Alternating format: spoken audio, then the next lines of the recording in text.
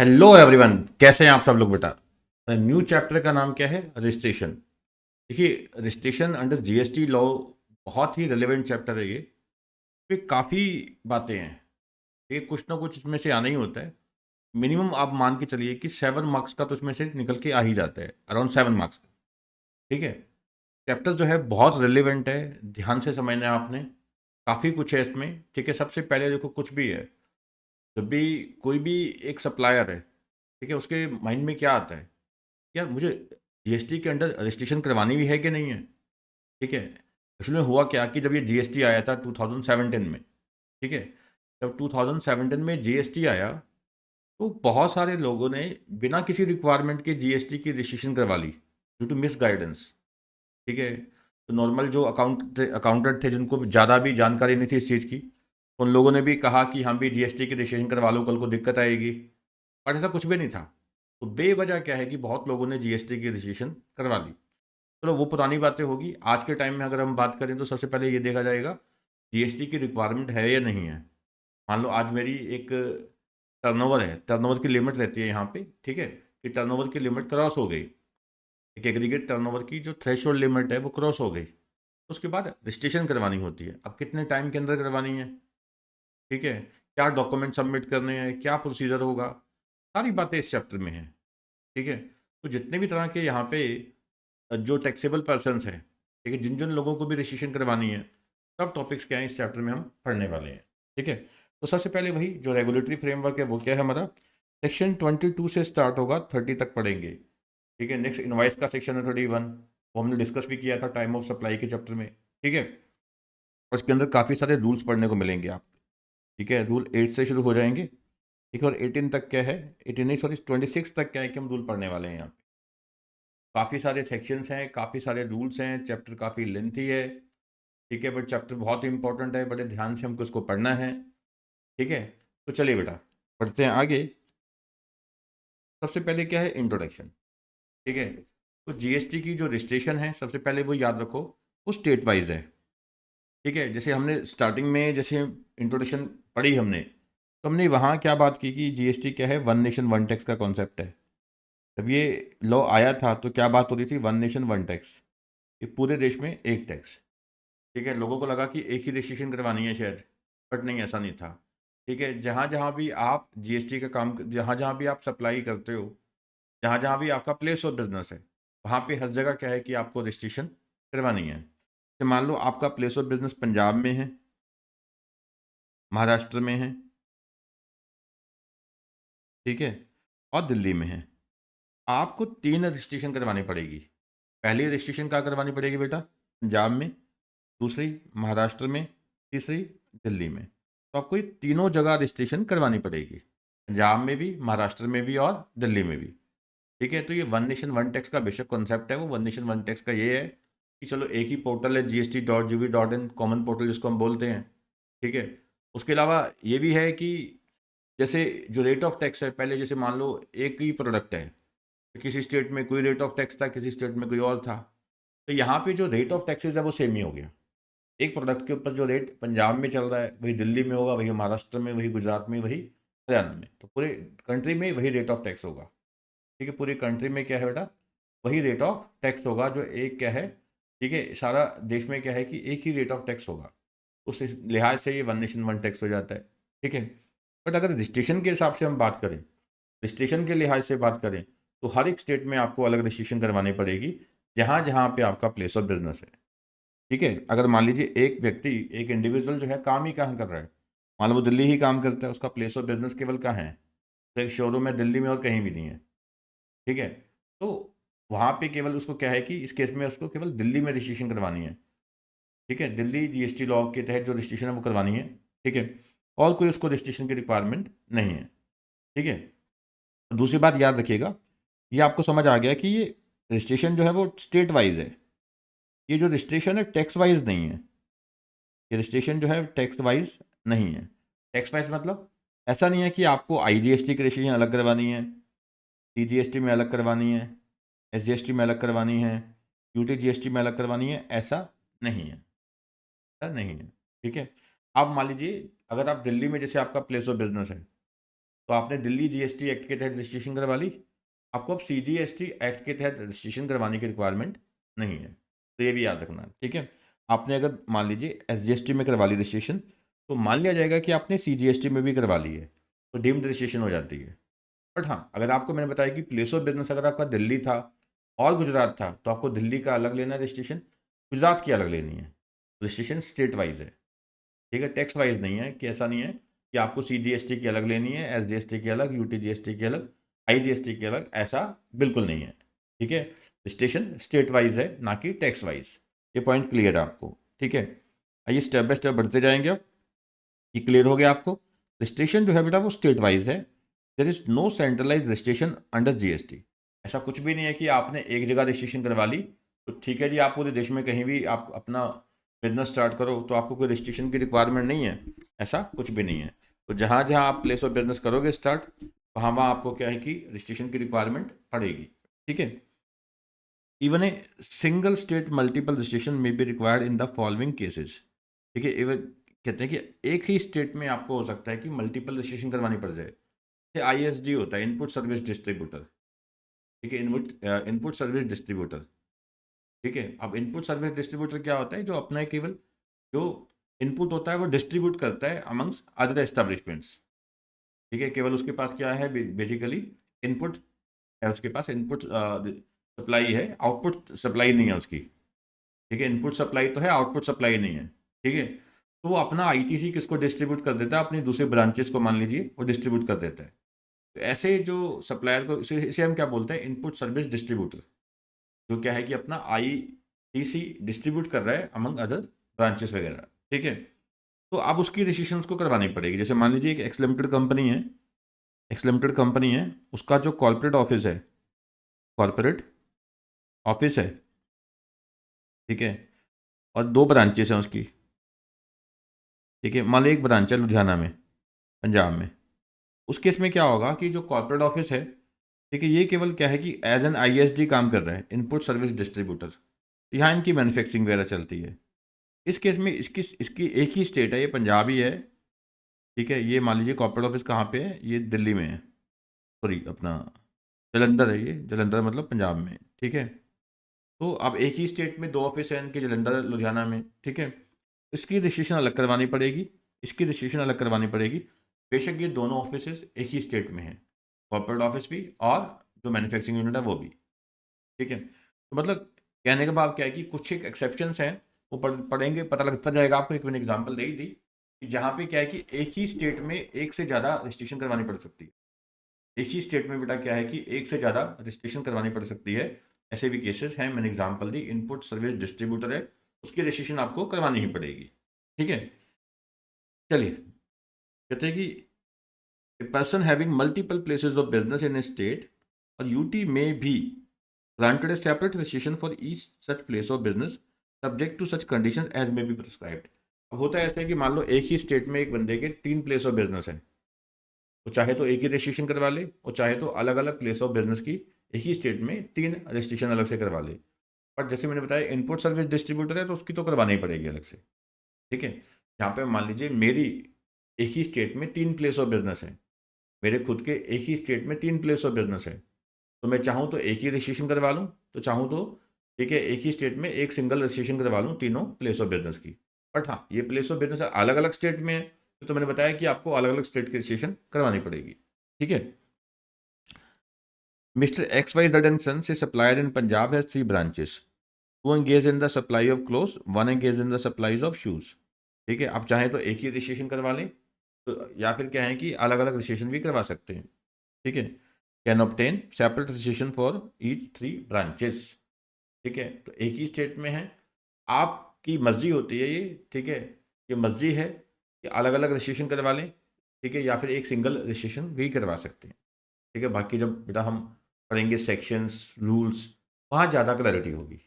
वो तो केवल मैंने एक इंट्रोडक्शन दे रखी है, तो कुछ इंपॉर्टेंट पॉइंट्स मैंने स्टार्टिंग में डिस्कस किए हुए हैं, कुछ इंपॉर्टेंट पॉइंट्स स्टार्टिंग में डिस्कस किए हैं, ताकि हम आगे पढ़ेंगे तो बोरिंग ना हो, थोड़ा सा क्लैरिटी पहले ही दिमाग में हमारे होनी चाहिए, ठीक है। नेक्स्ट है जो मैंने बताया आपको, जो इनपुट सर्विस डिस्ट्रीब्यूटर है उसकी तो रजिस्ट्रेशन करवानी पड़ेगी, ठीक है। आपका जो मैन्युफैक्चरिंग यूनिट है उसकी अलग, इनपुट सर्विस डिस्ट्रीब्यूटर की अलग करवानी ही करवानी है कि वो विद इन सेम स्टेट है। Separate registration is required for the same person, one as input service distributor and one other for outward supply. ठीक है, तो यानी कहने का भाव इनपुट सर्विस डिस्ट्रीब्यूटर की तो अलग रजिस्ट्रेशन करवानी ही करवानी है। ठीक है, नेक्स्ट मैंने बताया आपको रजिस्ट्रेशन जो है under GST is not tax specific, which means that there is single registration for all the taxes. IGST की भी, CGST, SGST, UTGST and cesses. ठीक है, इनके लिए टैक्स वाइज मैंने बताया रजिस्ट्रेशन नहीं है, टैक्स वाइज रजिस्ट्रेशन नहीं है। टैक्सेस के हिसाब से देखोगे तो एक ही रजिस्ट्रेशन है, टैक्सेस के हिसाब से बेटा देखोगे तो एक ही सिंगल रजिस्ट्रेशन है। ठीक है, नेक्स्ट है रजिस्ट्रेशन पैन बेस्ड है, जिसके पास पैन नहीं है वो रजिस्ट्रेशन नहीं करवा सकता। ठीक है, मुझे अगर जीएसटी नंबर लेना है तो पहले मेरे पास परमानेंट अकाउंट नंबर होना चाहिए अंडर इनकम टैक्स लॉ, आपको पता ही है। बट एक एक्सेप्शन है। ठीक है, बट कहते हैं कि person required to deduct tax under section 51, ये TDS का सेक्शन है। ठीक है, 51 में क्या है कि यहाँ भी कुछ एक स्पेसिफिक पर्सन है, उन्होंने क्या है कि जब पेमेंट करनी है तो जो है टैक्स डिडक्ट करके करनी है, TDS काटना होता है वहाँ पे। ठीक है, 1% TDS है, काट डिडक्ट करना होता है।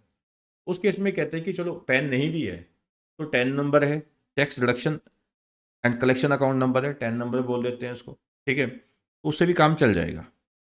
वैसे क्या है कि रजिस्ट्रेशन के लिए पैन चाहिए चाहिए, GST रजिस्ट्रेशन के लिए पैन चाहिए ही चाहिए, बट जो person required to deduct tax under section 51 है, person required to deduct tax under section 51 है। ठीक है, तो वो केवल क्या है कि 10 के बदौलत ही 10 के दम पे ही क्या रजिस्ट्रेशन ले सकता है।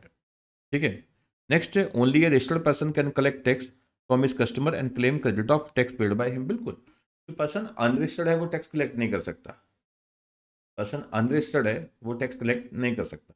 बट एक केस होता है, भाई मान लो person liable to be registered हो गया है, लाइबल टू बी रजिस्टर्ड है, जिस दिन वो लाइबल टू बी रजिस्टर्ड होता है, ठीक है, आप उस रजिस्ट्रेशन तो करवानी है, उस दिन से वो टैक्स कलेक्ट कर सकता है। ठीक है, जब जीएसटी की रजिस्ट्रेशन ग्रांट हो जाती है तो एक रिवाइज इनवाइस वो जनरेट कर देता है, हाँ जी, उसका एक रिवाइज इनवाइस जनरेट करता है। ठीक है, जिसमें वो जीएसटी नंबर वगैरह आ जाता है और जीएसटी इतना बना, ठीक है, वो जमा करवाता है सरकार। ठीक है, जिस दिन देखो लाइबल टू बी रजिस्टर्ड हो गया उस दिन से वो टैक्स जमा करवानी है, सरकार तो टैक्स मांगेगी। ठीक है, तो जो भी टैक्स बनेगा वो कलेक्ट करेगा, सरकार को देगा। ठीक है, तो वो पर्टिकुलर केस होता है कि अभी वो रजिस्टर्ड नहीं हुआ बट वो टैक्स कलेक्ट कर रहा है सरकार को देने के लिए। ठीक है, only A registered person can collect tax from his customers and claim credit of ITC। ठीक है, तो कहते हैं कि अनरजिस्टर्ड पर्सन को ऑब्वियसली नुकसान है यहाँ पे। ठीक है, क्योंकि देखो सीधा सीधा हिसाब है, अगर कोई पर्सन रजिस्टर्ड पर्सन है, सामने वाला भी रजिस्टर्ड पर्सन है, तो और दूसरा है कि एक अनरजिस्टर्ड पर्सन है और जिसको सप्लाई करना है वो रजिस्टर्ड पर्सन है। अब क्वेश्चन ये होता है कि मान लीजिए आप ही रजिस्टर्ड पर्सन है, ये वाले, ये रिसिपिएंट यानी कि, तो ये रिसिपिएंट किससे सप्लाई लेना पसंद करेगा?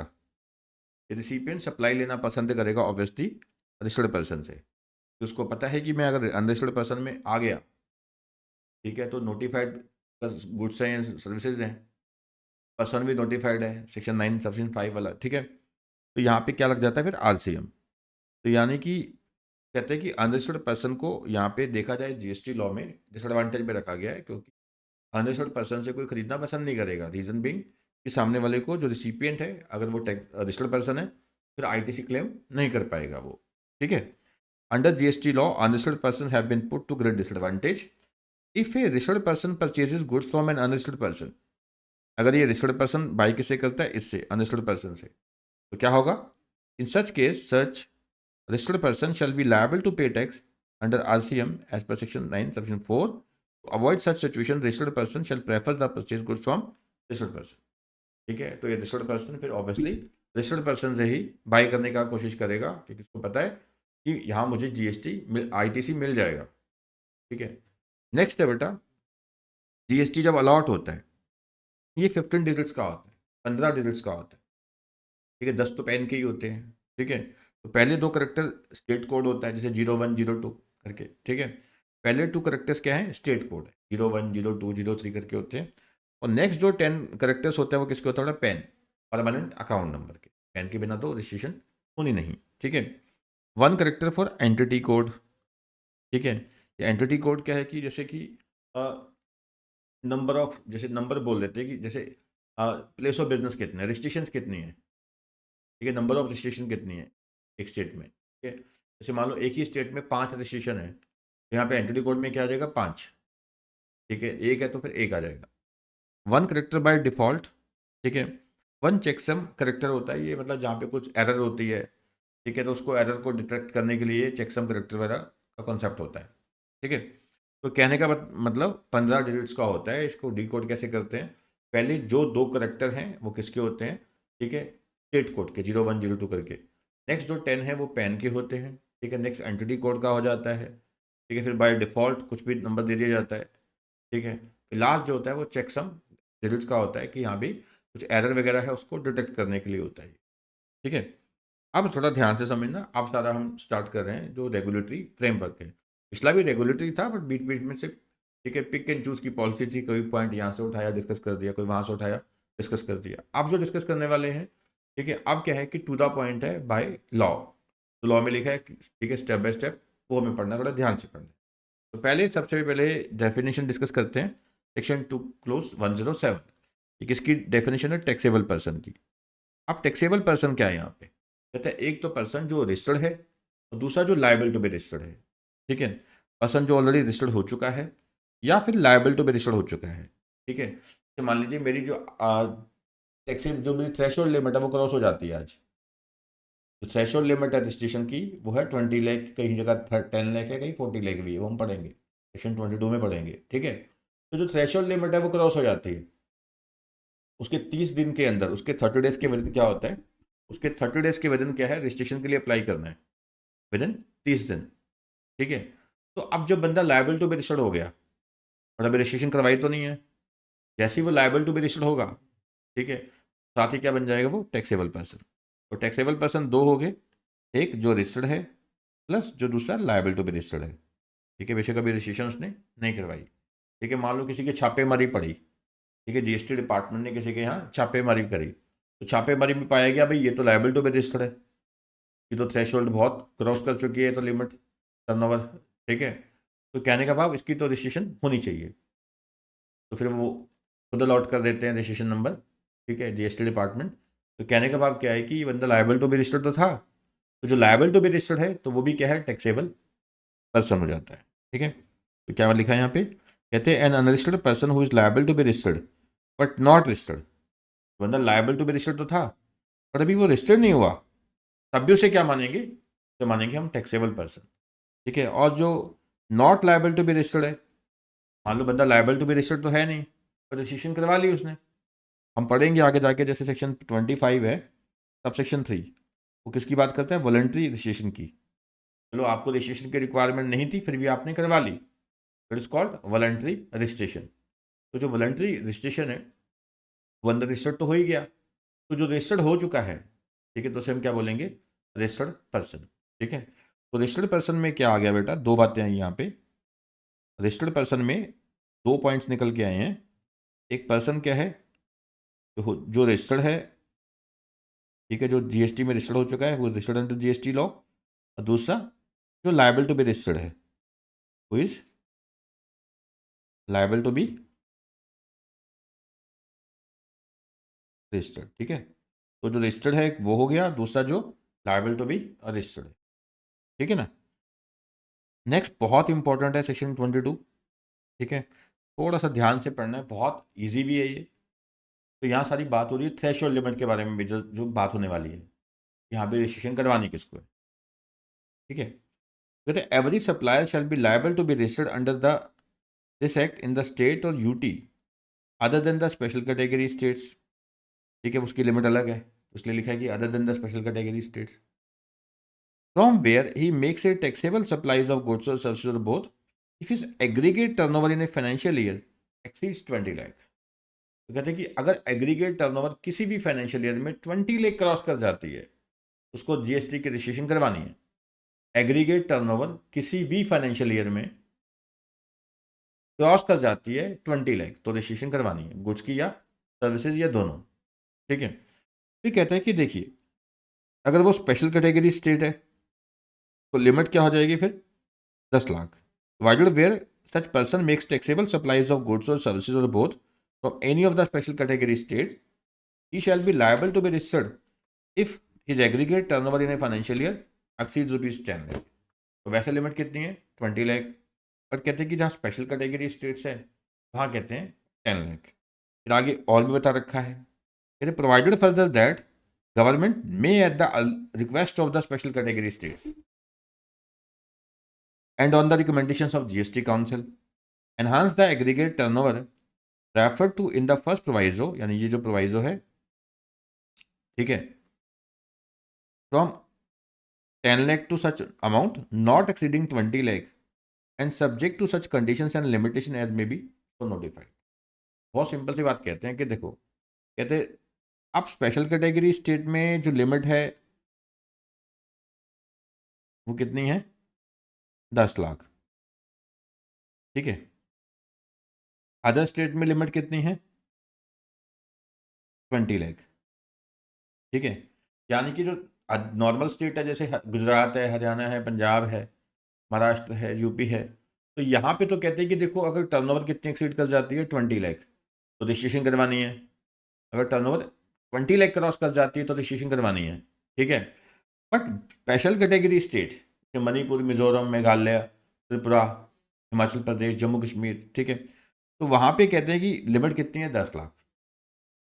अब कहते हैं कि देखो दिक्कत क्या आनी शुरू होगी जब ये लॉ आया, तो बहुत सारी ऐसी स्टेट्स थी जो बहुत स्मॉल स्टेट्स थी, जो उत्तराखंड है, हिमाचल प्रदेश है, मणिपुर है, मेघालय है, ठीक है, मिजोरम, मतलब कई सारी स्टेट्स ऐसी थी जो बहुत स्मॉल स्टेट्स थी। तो वो कहते हैं कि अगर सर जी अगर हम 20 लाख की एग्जम्पशन लिमिट दे देंगे ना तो हमारे को टैक्स ही नहीं कुछ आएगा, तो हमारे यहाँ तो बड़ा कोई बिजनेस है नहीं। तो पहाड़ी इलाके होते हैं, पहाड़ी इलाके होते हैं, दूर दराज के इलाके होते हैं, तो वहाँ पे तो पॉपुलेशन ही नहीं होती ज़्यादा, वहाँ पे बड़े बड़े बिजनेस नहीं होते, ठीक है।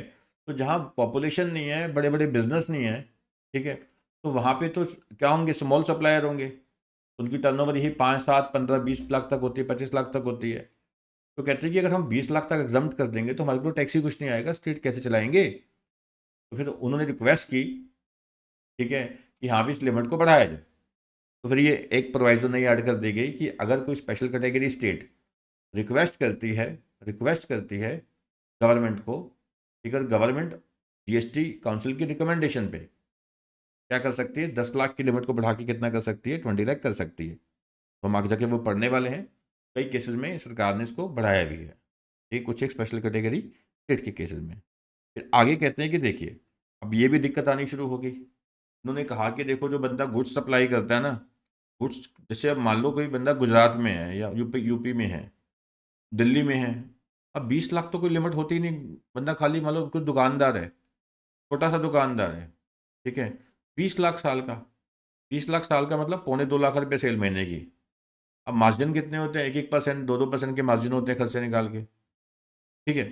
तो कहने का भाव मतलब ये होता है कि कहते हैं कि आप देखो गुड्स के केस में दिक्कत आनी शुरू हो गई। कहते हैं कि 20 लाख की भी गुड्स क्रॉस होती हैं, हमें जीएसटी की रजिस्ट्रेशन करवानी पड़ जाती है। अब देखो सर्विस है, जैसे मैं पढ़ाता हूँ आपको, तो मेरा तो सीधा हिसाब होता है कि अगर मैं आपसे 100 रुपया भी ले रहा हूँ ना, तो मेरा खर्चा कितना होता है, 1 या 2 रुपये, हार्डली 1 या 2 रुपये, 2 रुपये लगा लो आप, ठीक है। 98 रुपीज़ मार्जिन होते हैं। क्यों, मैं कौन सा कुछ बेच रहा हूँ। अगर मुझे मान लीजिए 5 बच्चे पढ़ाने हैं, पढ़ाने कितने, 3 महीने पढ़ाने हैं, मैं तो 5 बच्चों को लगातार 3 महीने लेके बैठा हूँ, मैं कौन सा प्रोडक्ट बेच रहा हूँ कि ले भी ले जा, मार्जिन आ गया। सबसे अच्छा बिजनेस कौन सा माना जाता है, ट्रेडिंग का। ट्रेडिंग में क्या होता है कि चीज़ यहाँ से ली, यहाँ पे दी, मार्जिन अपना जेब में, है ना, हम जिम्मेवार, जिम्मेवार कौन, मैन्युफैक्चरर, है कि नहीं। ट्रेडिंग सबसे अच्छा माना जाता है। सर्विस सेक्टर में तो जो खासकर पर्सनल सर्विसेज जिसमें पढ़ा रहा हूँ, ये तो सबसे ज़्यादा डिफिकल्ट टाइप काम है, ठीक है। तो यहाँ पे कहते हैं कि देखो अगर सीधी सी बात करते हैं, सर्विस में तो कहते हैं कि देखो वैल्यू कम होती है, एक इंडिविजुअल सब सर्विस देता है, ठीक है। अगर मान लो मैं 20 लाख रुपए लेता हूँ पूरे साल में, तो 20 लाख में से, ठीक है, लाख रुपये खर्चा होता है, मैं 19 लाख कमा लेता हूँ, ठीक है। और मान लीजिए जैसे मान लीजिए कोई बार्बर ही है, ठीक है, बार्बर है तो उसका भी यही होता है, दिहाड़ी कितनी सेल हो रही है उसकी, तो उसकी भी 20 लाख हुई, ठीक है, उसने भी कमा लिया, मेरी भी 20 लाख हुई, मैंने भी कमा लिया। अब करियाने वाला है, करियाने का मार्जिन ही 1 से लेकर 10% तक होते हैं, 1%, 10, 5%, 10%, तो उनको दिक्कत होनी शुरू होगी, ठीक है। तो कहते हैं कि हमारी 20 लाख तो टर्नओवर ऐसी हो जाती है, पता ही कुछ नहीं लगता हमको, पता ही कुछ नहीं लगता, ठीक है। तो हमारी लिमिट बढ़ा के दो। तो फिर क्या कहते हैं कि देखो, अगर आपकी एक्सक्लूसिव सप्लाई ऑफ गुड्स है, क्या है, exclusive supply of goods, exclusive supply of goods, तो लिमिट कितनी होगी वहाँ पे, 40 लाख, ठीक है, सिंपल। यानी कि कहने का भाव मतलब क्या हो गया, यहाँ पे नॉर्मल केस की बात कर रहे हैं हम, नॉर्मल केस की बात है, अगर एक पर्टिकुलर केस में कोई सप्लाई की क्या कर रहा है, only goods, exclusive supply of goods, क्या करता है, एक्सक्लूसिव सप्लाई ऑफ गुड्स, तो लिमिट कितनी है, 40 लाख। अगर क्या सप्लाई करता है, एक्सक्लूसिव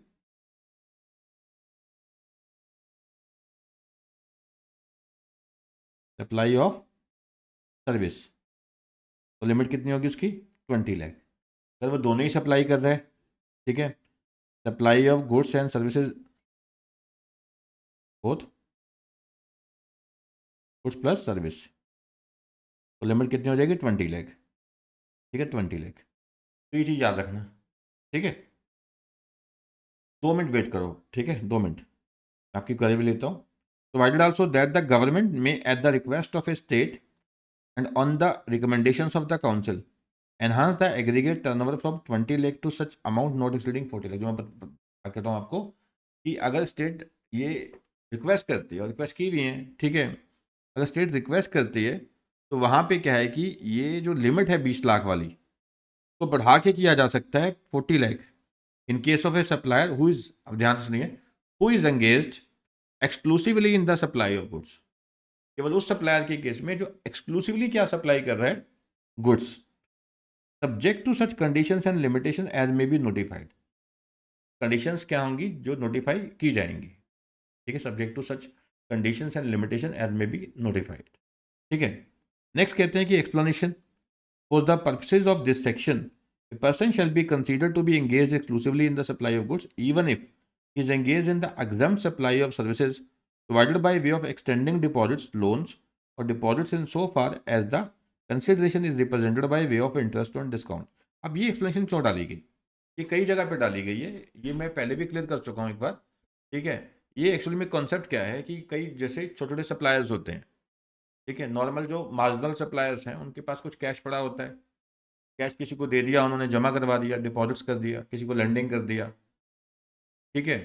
आप कहते हैं कि ये जो उनको इंटरेस्ट आ रहा है, ठीक है, तो उनको इनकम आती है इस चीज़ से, ठीक है, तो वो इसकी कहते हैं कि ये चीज़ जो है इसका पार्ट नहीं माना जाएगा, तो टर्नओवर का पार्ट नहीं माना जाता, ठीक है। Person shall be considered to be engaged exclusively in the supply of goods even if, ठीक है, एक तो वो मान लो वो exams engage in the exempt supply of services provided by way of extending deposits, loans, advances, ठीक है। तो ये जो टर्नओवर जो हो रही है, ठीक है, इसको कहते हैं कि बेशक ये सर्विस दे रहा है, बट फिर भी ये मान लिया जाएगा कि वो एक्सक्लूसिवली क्या है, गुड्स की ही सप्लाई कर रहा है। रिपीट कर देता हूँ, मैं खुद थोड़ा सा किसी और पॉइंट सर मिक्स कर गया था, जो वो भी याद आ गया बीच में, वो बाद में डिस्कस करता हूँ, ठीक है। वो कह रहे हैं कि देखो, एक पर्सन क्या करता है कि गुड्स सप्लाई करता है, और चलो उसके पास थोड़ा सा पैसे एक्स्ट्रा पड़े थे, तो किसी को उसने एडवांसेज एक्सटेंड कर दिए, चलो थोड़ी इनकम आ जाएगी, ठीक है। तो कहते हैं कि जो एक्सटेंडिंग ऑफ एडवांसेज है, डिपॉजिट्स है, ऑफ एक्सटेंडिंग ऑफ एडवांसेज या डिपॉजिट्स है, ये भी उसने साथ साथ कुछ ना कुछ कर दिया, दे दिया साथ में किसी को। अब कहते हैं कि उसका अब यहाँ पे माना क्या जाएगा, यही माना जाएगा कि खाली उसने गुड्स ही सप्लाई की है, इसको कंसिडर नहीं किया जाएगा। अब ये नहीं कि इस चक्कर में कि उसने कुछ पैसे किसी को एडवांस दे दिए, लेंड कर दिए, तो नहीं जी नहीं, ये तो सर्विस भी दे रहा है, ठीक है, तो माना जाएगा कि खाली उसने गुड्स ही सप्लाई की है, ऐसे व्यक्ति को बचा लिया गया इस, ठीक है, एक्सप्लेनेशन के जरिए। जी पहला क्लियर हो गया। तो क्या बोलते हैं, जो लिमिट है हमने सीखी, मैक्सिमम लिमिट क्या है, जो थ्रेशोल्ड लिमिट है वो 20 लाख है, 20 लाख क्रॉस कर जाती है, ठीक है, फिर रजिस्ट्रेशन करवानी पड़ेगी, रजिस्ट्रेशन करवानी पड़ेगी। फिर आ गया कि अभी जो स्पेशल कैटेगरी स्टेट है, ठीक है, उस केस में क्या हो जाएगा, ये लिमिट कितनी हो जाएगी, ठीक है, 10 लाख, ये कितनी हो जाएगी, 10 लाख, ठीक है। फिर कहते हैं कि स्पेशल कैटेगरी स्टेट जो है ये रिक्वेस्ट कर सकते हैं कि हमारी जो लिमिट है वो 10 से 20 कर दो, ठीक है, 10 से, ठीक है, बढ़ा के 20 कर दो, ठीक है। फिर आ जाता है कि हाँ भी अगर कोई स्टेट रिक्वेस्ट करती है कि हाँ भाई यहाँ तो केवल क्या है कि हमारा जो सप्लाई ऑफ गुड्स है, ठीक है, क्या है, सप्लाई ऑफ गुड्स है, तो अगर एक्सक्लूसिव सप्लाई ऑफ गुड्स है तो लिमिट को बढ़ा के कितना कर दो, 20 to 40 लाख, तो वो भी किया जा सकता है और किया भी हुआ है। लास्ट फिर ये आ गया कि हाँ भी जहाँ पे extending of advances and deposits हैं, ठीक है, तो उसके उसके उससे ये नहीं माना जाएगा कि हाँ भी इसने सर्विस भी दे दी है, तो अब क्या है कि इसको ये 40 लाख वाली लिमिट अलाउ नहीं करेंगे, लिमिट अलाउ कर देंगे, ठीक है। अब इसको आगे चलते हैं, ये 2 पॉइंट 3 पॉइंट रुक जाओ, पहले इसके साथ जो जुड़े पॉइंट्स हैं ये लिमिट वाले वो डिस्कस करते हैं। अब कहते हैं कि for the purpose of this section, अब ये एग्रीगेट टर्नओवर है ना, एग्रीगेट टर्नओवर एक्सीड करती है ये 10 लाख 20 लाख 40 लाख ना, तो question arises what is aggregate turnover, वो हमें पता ही है कि एग्रीगेट टर्नओवर क्या होती है, ठीक है। इसमें क्या क्या आ जाता था याद है एग्रीगेट टर्नओवर में, ये डेफिनेशन कई बार डिस्कस किया है हमने, ठीक है। टैक्सेबल सप्लाई आती है, टैक्सेबल सप्लाई भी आ जाएगी, एग्जम्प्ट सप्लाई आ जाएगी, ठीक है, जो एक्सपोर्ट है वो भी कवर हो जाएगा इसमें एग्रीगेट टर्नओवर में, ठीक है। क्या नहीं आएगा, अब जो टैक्सेस हैं, ठीक है, जैसे CGST है, SGST है, ठीक है, UTGST, टैक्सेस नहीं आएंगे, ठीक है। एग्रीगेट टर्नओवर में जो टैक्सेबल सप्लाई की वैल्यू वो आ जाएगी, एग्जाम सप्लाई आ जाएगी, एक्सपोर्ट आ जाएगा, टैक्सेस है वो नहीं आएगा। और जो पर्सन, ठीक है, एक पर्सन जो टैक्स पे कर रहा होता है ऑन RCM बेसिस, तो वो तो एक्चुअल में उसकी क्या है, इनपुट सर्विस है, इनपुट है उसका, तो उस पर खाए को उसका वो थोड़ी टर्नओवर का पार्ट बना जाएगा, ठीक है ना। जहाँ पे एक व्यक्ति कहता है कि अपनी इनपुट के ऊपर, इनवर्ट सप्लाई के ऊपर टैक्स पे करता है ऑन RCM बेसिस, ठीक है, तो वो तो उसकी इनवर्ट सप्लाई है, तो वो कौन सी उसकी टर्नओवर है, तो वो उसकी एग्रीगेट टर्नओवर का पार्ट नहीं माना जाएगा, ठीक है। आइए देख लेते हैं फटाफट। तो the aggregate turnover shall include all supplies made by taxable person whether on his own account or made on behalf of all his principal, ठीक है। तो मैंने आपको मीनिंग बता दिया एग्रीगेट टर्नओवर का, वो आगे भी देख लेते हैं एक सेकंड, ठीक है, इसी साथ में आएगा भी। तो एक तो कहते हैं कि जो पर्सन अपने बिहाफ पे प्लस अपने प्रिंसिपल के बिहाफ पे जो सप्लाई कर रहा है, वो दोनों ही क्या है एग्रीगेट टर्नओवर का पार्ट माना जाएगा, तो दोनों ही क्या है कि एग्रीगेट टर्नओवर का पार्ट मान लिया जाएगा, ठीक है। जैसे मान लीजिए एक मिस्टर राम है, ठीक है, मिस्टर राम सप्लाई करते हैं, गुड सप्लाई करते हैं इलेक्ट्रॉनिक, ठीक है, इलेक्ट्रॉनिक गुड सप्लाई करते हैं, एक तो वो अपना जो सामान खरीद के खुद बेचता है, प्लस क्या है कि एक मिस्टर ए हैं, ठीक है, वो भी क्या करते हैं कि कहते हैं तो अपना सामान तो बेचता ही है अपनी शॉप में, मेरा भी सामान बेच दिया कर, उसे कमीशन ले लिया कर, ठीक है। तो यानी ये जो मिस्टर राम है, मिस्टर ए के बिहाफ पे भी क्या है कि एज एन एजेंट सामान बेचता है, ठीक है। अब यानी कि जब अपना वो सामान बेच रहा है तो एज प्रिंसिपल बेच रहा है, एज प्रिंसिपल बेच रहा है, और जब वो मिस्टर ए का सामान बेचता है जस्ट टू गेट कमीशन, तो वहाँ पे एज एन एजेंट बेच रहा होता है। तो कहते हैं कि अगर कोई person as a principal supply करता है प्लस एज एन एजेंट भी सप्लाई कर रहा है ऑन बिहाफ ऑफ प्रिंसिपल, ठीक है, तो दोनों ही जो सप्लाई कर रहा है वो दोनों ही क्या है, जैसे इसने 10 लाख अपनी सप्लाई की और 12 लाख प्रिंसिपल के बिहाफ पे किया, तो टोटल इसकी जो एग्रीगेट सप्लाई जो है वो कितनी मानी जाएगी, 22 लाख मान ली जाएगी। अब ये नहीं कह सकता कि ये मेरा थोड़ी ना था, मैं तो खाली कमीशन ले रहा हूँ, सामान तो किसका, प्रिंसिपल का, तो ऐसा नहीं बोल सकता। तो दोनों ही क्या है उसका एग्रीगेट टर्नओवर में आएगा, ठीक है, एग्रीगेट टर्नओवर में आएगा, ठीक है ना।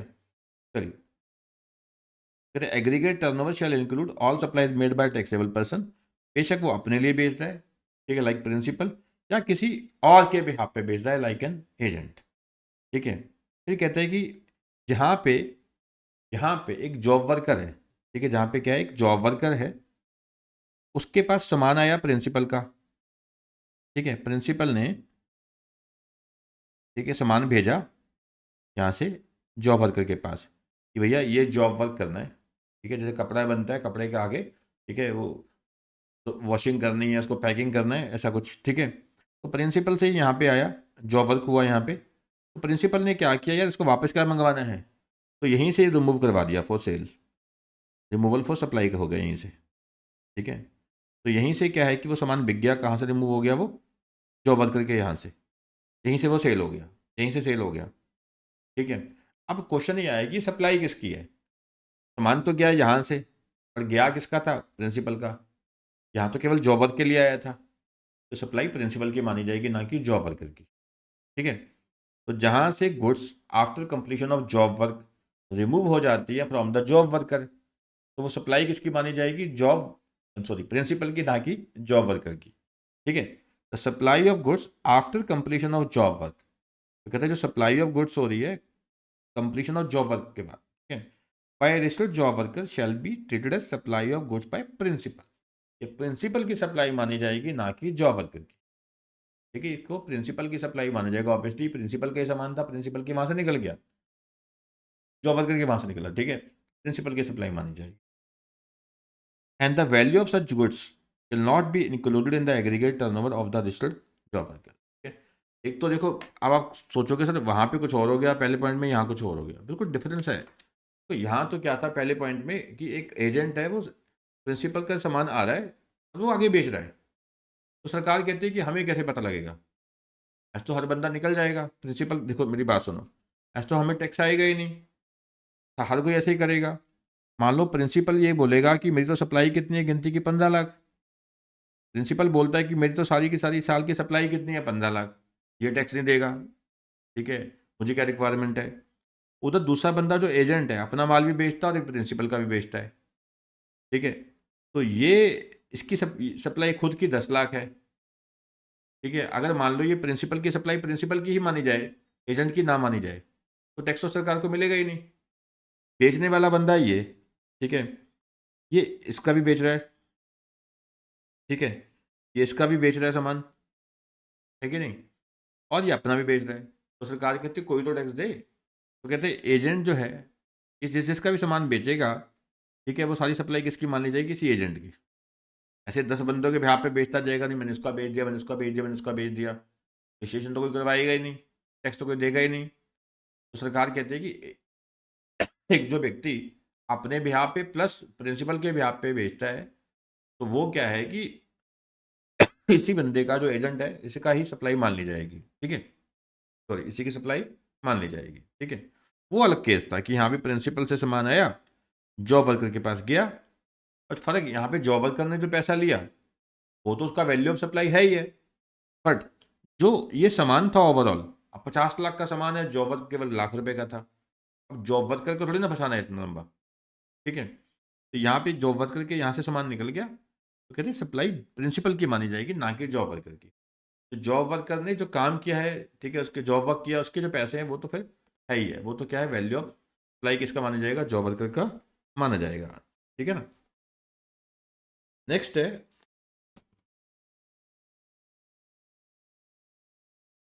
Expression special category states. अब ये थोड़ा ध्यान समझना।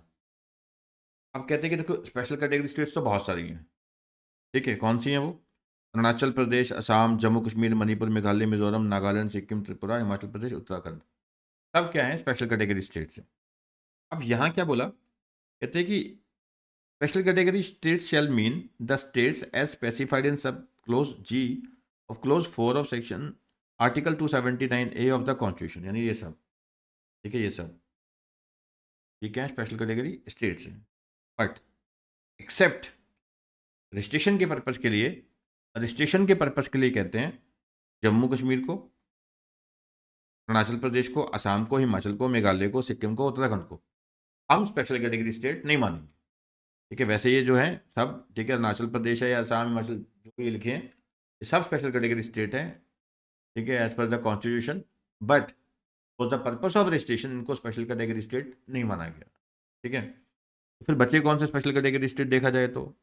मणिपुर, मिजोरम, त्रिपुरा, नागालैंड। ठीक है, अब चलते हैं कि it means for the purpose of registration only Mizoram, Tripura, Manipur, Nagaland are special category states. बीच में अगर आपके पास नोट्स कुछ हल्के फुल्के पुराने हैं तो बीच में एक दो जगह पे मैंने पॉइंट आगे पीछे किए हैं, ज़्यादा नहीं किए। ठीक है, तो है वही है, तो वहाँ आप साथ में ऐड कर सकते हो, बस इतना कर लो। ठीक है, नेक्स्ट है बेटा, इसी के साथ टॉपिक चल रहे हैं अभी। तो कहते हैं कि any person who is engage exclusively supply of goods. ठीक है, हमने बात की थी कि जो खाली क्या कर रहा है, सप्लाई ऑफ गुड्स कर रहा है, तो केवल गुड्स सप्लाई कर रहा है, तो उसको जो लिमिट है एग्जम्पशन की वो कितनी है? 40 लाख है, उसको रजिस्ट्रेशन की कोई रिक्वायरमेंट नहीं है अप टू 40 लाख। ठीक है, तो जिसकी क्या है कि बेटा जिसकी क्या है एक्सक्लूसिव सप्लाई ऑफ गुड्स है, जिसकी क्या है एक्सक्लूसिव सप्लाई ऑफ गुड्स है, उसको क्या है रजिस्ट्रेशन की रिक्वायरमेंट नहीं है। ठीक है, जिसकी क्या है एक्सक्लूसिव सप्लाई ऑफ गुड्स है। बट कहते हैं कि एक्सेप्शन है, एक्सेप्शन, तो यहाँ पे 40 लाख वाली लिमिट नहीं लगेगी। क्या, एक तो सेक्शन 24 है, इसके बाद ही पढ़ना है हमने, इसके बाद 23 फिर 24 पढ़ना है। ठीक है, तो वहाँ पे कंपलसरी रजिस्ट्रेशन है, एक कैजुअल टैक्सेबल पर्सन है, नॉन रेजिडेंट टैक्सेबल पर्सन है, कुछ केसेज हैं जैसे inter state supply of goods होती है, तो क्या है कि वहाँ पे एक कंपलसरी रजिस्ट्रेशन है। तो जहाँ पे रजिस्ट्रेशन करवानी ही करवानी है कंपलसरी, तो फिर लिमिट देखी नहीं जाएगी, लिमिट देखनी नहीं।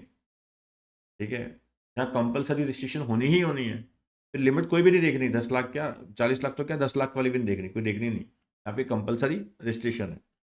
फिर है कि person engage in making supply of, ये नोटिफाइड गुड्स आ गया। ठीक है, ये जो हम कंपोजिशन लेवी वाला भी पढ़ रहे थे, तो वहाँ पे था कि हाँ भाई ये लोग क्या है कंपोजिशन लेवी में नहीं आ सकते, रेगुलर लेवी में आएंगे सेक्शन 9 में। तो वही यही सारे बंदे। ठीक है, एक बार इसको अच्छे से याद रख लो, बार बार आपको दिमाग ना खपाना पड़े ज़्यादा।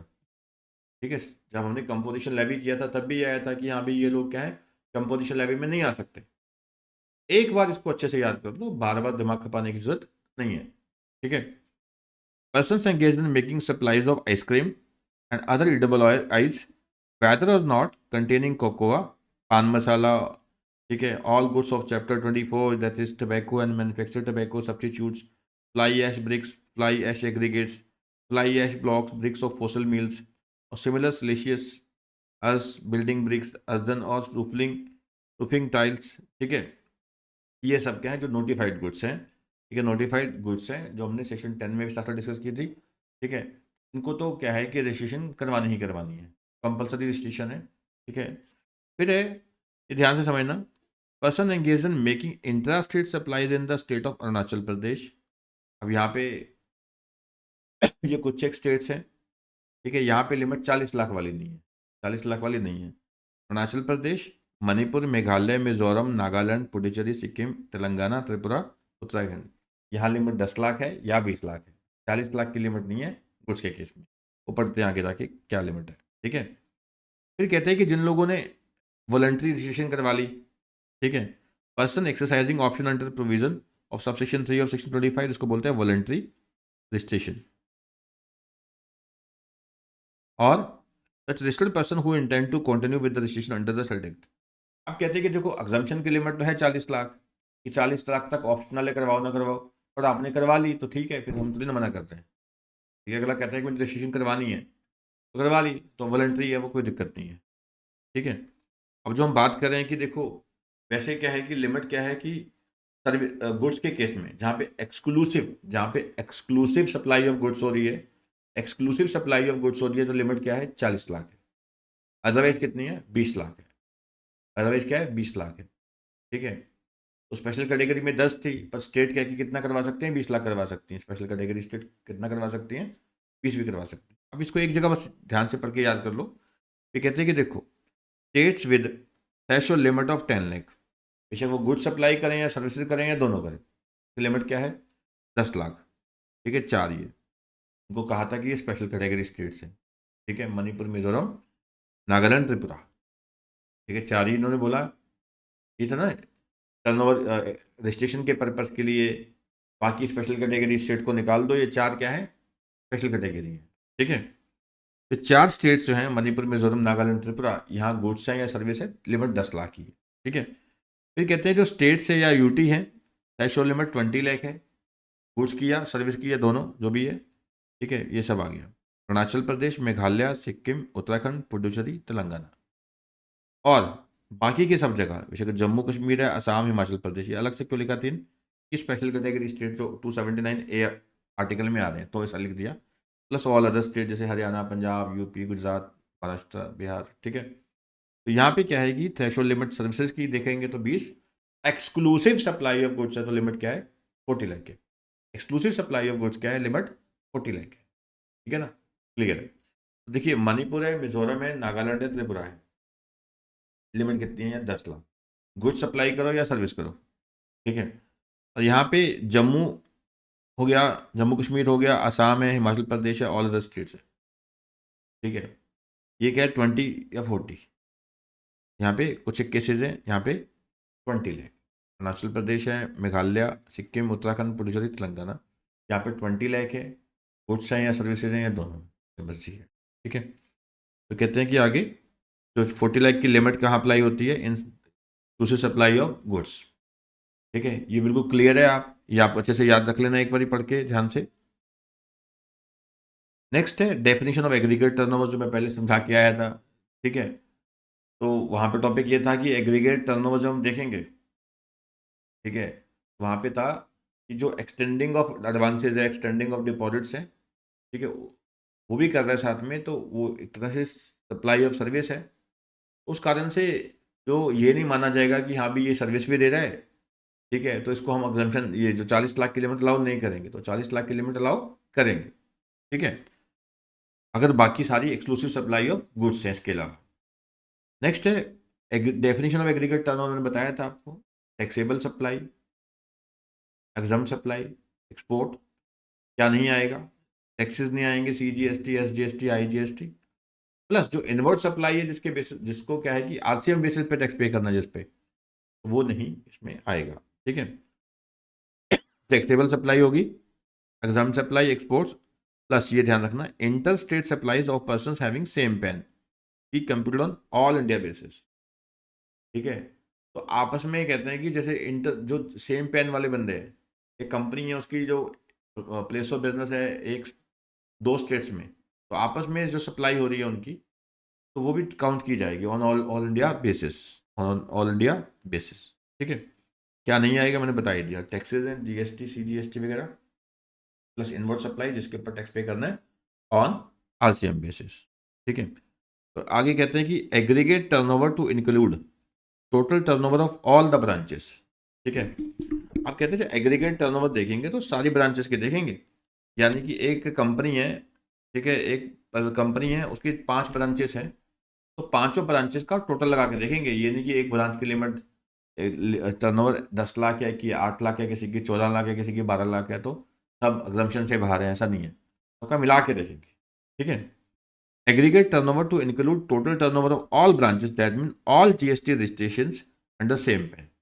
एक पैन वाले व्यक्ति के, एक पैन वाला जो पर्सन है, एक पैन वाला जो पर्सन है उसकी आगे जो मल्टीपल रजिस्ट्रेशन हैं, तो सबका एग्रीगेट काउंट किया जाएगा, सबकी टर्नओवर काउंट करके एग्रीगेट देखा जाएगा, फिर देखा जाएगा कि क्या एग्रीगेट टर्नओवर थ्रेशोल्ड क्रॉस करी है या नहीं करी।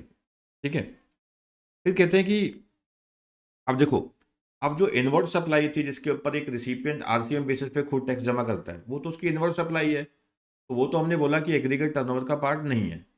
बट मान लो कि मेरी दो तरह की सप्लाई है, ठीक है, मेरी दो तरह की सप्लाई है, एक तो मैं टैक्स पे करता हूँ FCM बेसिस, सप्लायर हूँ, मेरी सप्लाई वन है जहाँ पे मैं क्या है रिसिपिएंट से टैक्स लेता हूँ, सरकार को देता हूँ on forward charge mechanism basis. और दूसरी सप्लाई कौन सी है कि जहाँ पे मैं टैक्स नहीं देता, टैक्स कौन देता है, रिसिपिएंट, यानी मेरी जो सप्लाई है वो RCM वाली है, टैक्स मुझको नहीं देना, सप्लाई तो मेरी है।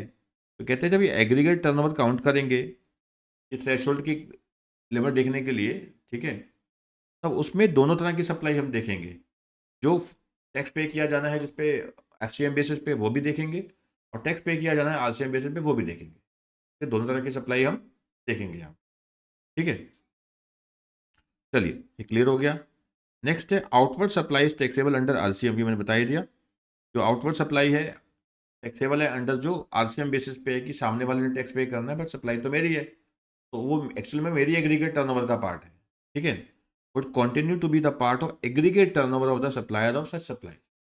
ठीक है, तो दो तरह की मान लो मेरी सप्लाई है, एक पे टैक्स मैं पे करता हूँ क्या FCM बेसिस पे, और एक पे मुझे टैक्स पे नहीं करना, वो सामने वाली पार्टी करेगी RCM बेसिस पे, पर वो सप्लाई मेरी है, तो सप्लायर की वो एग्रीगेट टर्नओवर का हिस्सा माना जाएगा।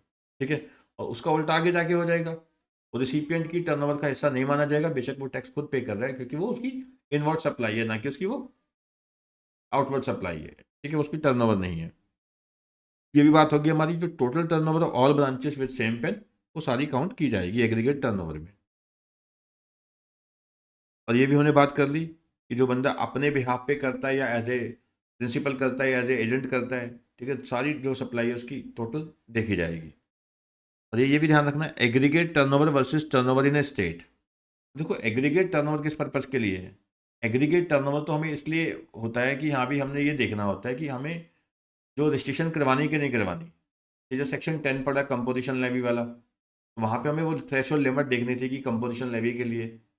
एग्रीगेट टर्नओवर का पर्पस तो ये है केवल ये पता लगाना कि क्या हम, ठीक है, एग्रीगेट टर्नओवर का मकसद क्या है कि क्या हम सेक्शन 10 के लिए एलिजिबल हैं या नहीं है कंपोजिशन लेवी के लिए, या हमें रजिस्ट्रेशन करवानी कि नहीं करवानी, थ्रेशोल्ड चेक करने के लिए सेक्शन 22 के तहत हम कर रहे हैं। ठीक है, एग्रीगेट टर्नओवर का मतलब तो ये है। अब कहते हैं टर्नओवर इन स्टेट क्या होता है? Turnover in state registration chapter में टर्नओवर इन स्टेट का कुछ लिंक नहीं है। कॉन्सेप्ट कहाँ से निकल के आया है? ये सेक्शन 10 से ही निकल के आया है, क्योंकि देखो सेक्शन 10 जो तो कंपोजिशन लेवी वाले था, सेक्शन 10 जो कंपोजिशन लेवी वाला है, अब सेक्शन 10 में होता क्या है? सेक्शन 10 में जो एलिजिबिलिटी चेक करनी है कि बंदा एलिजिबल है या नहीं है, उसके लिए तो हम क्या देखते हैं? एग्रीगेट टर्नओवर, कि वो 1.5 CR क्रॉस ना कर जाए। पर जब ये देखना है कि टैक्स पे करना है कंपोजिशन लेवी पे 1%, 5% जो भी होता है, फिर देखते हैं कि टर्नओवर इन ए स्टेट। ऐसा क्यों? कि इंटर स्टेट सप्लाई तो कंपोजिशन लेवी वाला कर ही नहीं सकता, सिंपल। ठीक है, देखो सेक्शन 10 हमने पढ़ा हुआ है कंपोजिशन लेवी वाला, सेक्शन 10। तो वहाँ पे 3 बातें हैं। एक तो कहता है कि एग्रीगेट टर्नओवर, ठीक है, निकालनी होती है। एग्रीगेट टर्नओवर किस लिए निकालनी है? ये चेक करने के लिए कि क्या हम सेक्शन 10 में एलिजिबल भी हैं या नहीं है to pay tax under composition levy. Yes हैं हम, ठीक है। फिर टैक्स पे करना है, टैक्स कैसे पे करना है? जो टर्नओवर इन स्टेट है। तो खाली टर्नओवर इन स्टेट या यूटी ही क्यों देखनी है? पूरे देश की टर्नओवर नहीं देखती जो इंटर स्टेट सप्लाई भी कर रहे हैं। नहीं, आपको याद होगा कि सेक्शन 10 में ये वन ऑफ द कंडीशन थी कि जो कंपोजिशन सप्लायर है वो इंटर स्टेट सप्लाई नहीं कर सकता। Composition supplier inter state supply नहीं कर सकता, ये पढ़ा था हमने, ठीक है। इसलिए वही कह रहे हैं यहाँ पे, तो बस केवल याद करवाया गया आपको कि एग्रीगेट टर्नओवर का रोल क्या है और टर्नओवर इन स्टेट या यूटी का रोल क्या होता है, ठीक है। This aggregate turnover is different from turnover in state. तो एग्रीगेट टर्नओवर तो हम क्या पता लगा रहे हैं? रजिस्ट्रेशन की थ्रेशोल्ड, ये 20 लाख, 10 लाख, 40 लाख, ठीक है, ये क्या है? एग्रीगेट टर्नओवर से पता लगेगा। और जो eligibility for composition scheme, or the one से person is eligible for composition levy, तो कोई बंदा सेक्शन 10 में आ जाता है कंपोजिशन लेवी में, तो जीएसटी पेबल जो है, ठीक है, तो कैसे कैलकुलेट किया जाता है? As a specified percentage of turnover in the state और यूटी।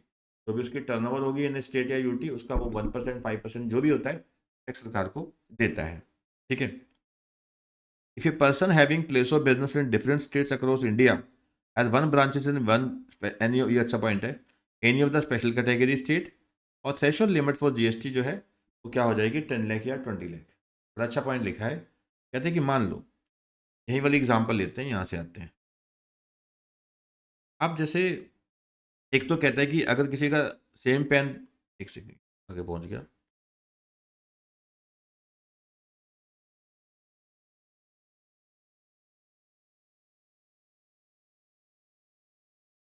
कहते हैं कि देखो जैसे हमने पढ़ा कि जिसका सेम पेन है, और सेम पेन वाले पर्सन का क्या देखते हैं हम? सारा टोटल मिला के देखते हैं।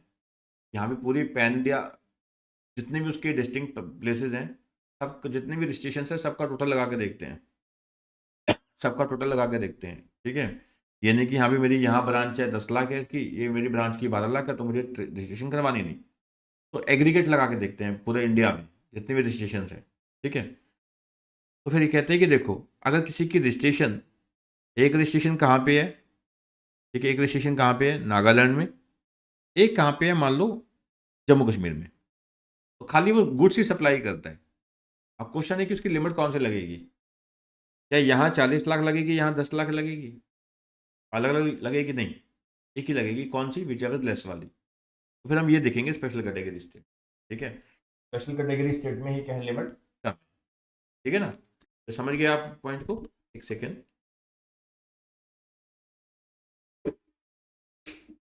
ठीक है। तो जहाँ पे कहता है कि एक से ज़्यादा जगह पे है ब्रांचेस वगैरह, एक जो है, ठीक है, इनका जो एक प्लेस ऑफ बिजनेस है कहाँ है? स्पेशल कैटेगरी स्टेट में है। तो हम कौन सा देखेंगे? स्पेशल कैटेगरी स्टेट वाला देखेंगे, ठीक है। तो सारे पॉइंट्स क्लियर हो गए हमारे। मैं 2-3 पॉइंट में मिस करके आया था, ठीक है। यहाँ पे वापस आइए सेक्शन 22 में। तो पहला तो हमने क्या किया था, रजिस्ट्रेशन की लिमिट वाला, ठीक है। वो आगे हम बढ़ते गए रजिस्ट्रेशन की जो थ्रेशोल्ड लिमिट है उसी में से क्वेश्चन निकल के आता है, तो वो हमने सारा पढ़ लिया, ठीक है।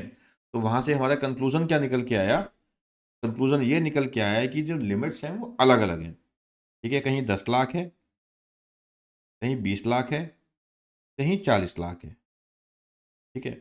उसके साथ कुछ पॉइंट जुड़ गए। कहते हैं कि मान लो कि एक पेन वाला, एक एक पर्सन है, उसका एक सिंगल पेन होता है एक पर्सन का, कि जो प्लेस ऑफ बिजनेस है दो जगह पे है।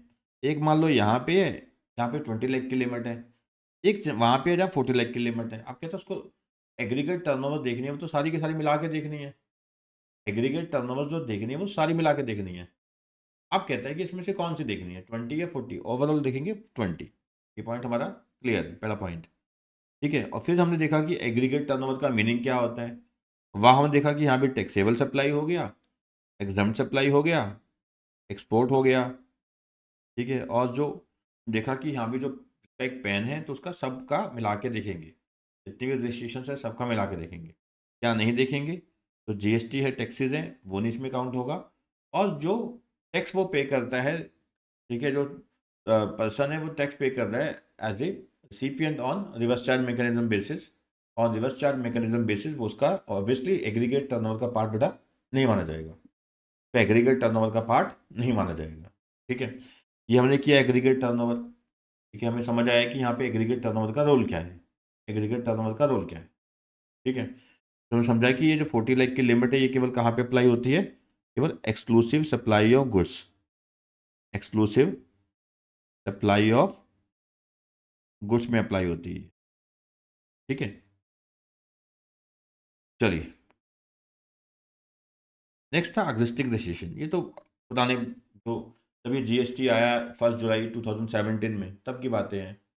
तो कहते हैं कि जो भी पुराने पर्सन थे, जो पहले रजिस्टर्ड थे, जो भी लॉ खत्म हो गए, जैसे वैट था, एक्साइज था, एडवर्टीजमेंट टैक्स था, जो भी लॉ खत्म हो गए उसको बोलते हैं एग्जिस्टिंग लॉ, ठीक है। उसकी रजिस्ट्रेशन क्या है, इस लॉ के तहत हो जाएगी। Every person who on the day immediately presiding the appointed day क्या था, 1 जुलाई, ठीक है। ये 1 जुलाई 2017 को लॉ आया, ठीक है। तो जो भी पर्सन जो रजिस्टर्ड थे, इज रजिस्टर्ड और holds a license under an existing law. Existing law मतलब वो सभी लॉज जो सब्स्यूम हो गए, खत्म हो गए इस लॉ के आने से, सारे के सारे कानून जो खत्म हो गए जीएसटी कानून के आने से, हम क्या बोलते हैं, एग्जिस्टिंग लॉ। तो सारे लॉ जो खत्म हो गए जीएसटी लॉ के आने से, ठीक है, shall be liable to be registered under this act with effect from the appointed day, ठीक है। तो वो क्या है कि देखो, जो पुराने थे अब तो खत्म हो गई कहानी, इररिलेवेंट हो चुका है ये पॉइंट, इसको तो कुछ देखो ही मत बेशक। तो क्या है कि वो लायबल थे, जो पुराने वाले, जो पहले रजिस्टर्ड थे, जो लॉ खत्म हो गए, तो उनको कहते हैं रजिस्ट्रेशन करवानी है नए लॉ में, ठीक है। नेक्स्ट पॉइंट समझने वाले हैं, business transfer as a going concern. अगर कोई बिजनेस ट्रांसफर होता है एज ए गोइंग कंसर्न, तो नेक्स्ट पार्टी जो ट्रांसफर ही होती है तो उसको रजिस्ट्रेशन करवानी होती है, ठीक है। Shall be liable to be registered with effect from the date of such transfer और सक्सेशन। दो बातें हैं यहाँ पे, एक तो बिजनेस ट्रांसफर किया गया है as a going concern.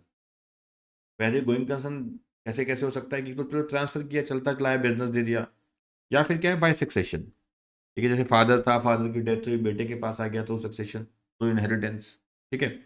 Where a business carried on by a taxable person registered under this act is transferred. एक पर्सन जो रजिस्टर्ड है इस एक्ट के तहत, उसने बिजनेस ट्रांसफर कर दिया, बेशक वो हो सकता है कि एज ए सक्सेशन हुआ है या किसी और तरीके से भी हुआ है। तो another person as a going concern, चलता चलाया दिया बिजनेस। फिर कहते हैं कि जो नेक्स्ट पर्सन होगा ट्रांसफरी या सक्सेसर होगा, ठीक है, तो उसको रजिस्ट्रेशन करवानी पड़ेगी जिस दिन वो ट्रांसफर हुआ है या सक्सेशन हुआ है।